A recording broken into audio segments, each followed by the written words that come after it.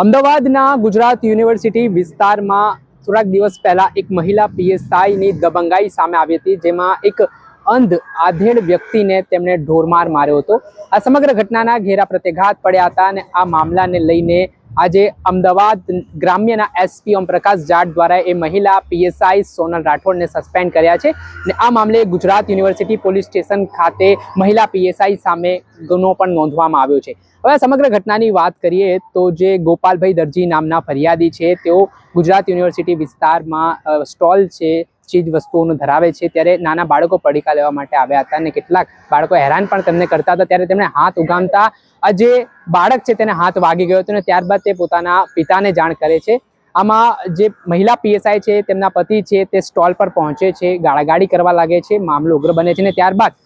પોલીસને જાણ કરવામાં આવતા પોલીસ છે તે બંને પક્ષના લોકોને લઈને ગુજરાત યુનિવર્સિટી પોલીસ સ્ટેશને પહોંચે છે। ત્યારબાદ આ ઘટનાની જાણ જે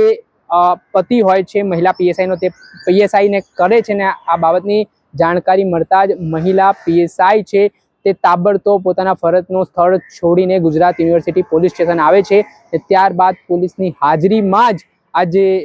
ગોપાલભાઈ દરજી જે પ્રજ્ઞાચક્ષુ છે તેમને ઢોર મારવા લાગે છે। આ સમગ્ર ઘટનાને લઈને પોલીસની કામગીરી સામે સવાલ ઉઠ્યા હતા, જે બાદ પોલીસે હવે મહિલા પીએસઆઈએ જે કાયદો હાથમાં લીધો અને જે કાર્યવાહી જે કરી, મહિલા પીએસઆઈએ ફરજ દરમિયાન જે મારામારી કરી, બેહુદું વર્તન કર્યું, તે તમામ બાબતોને લઈને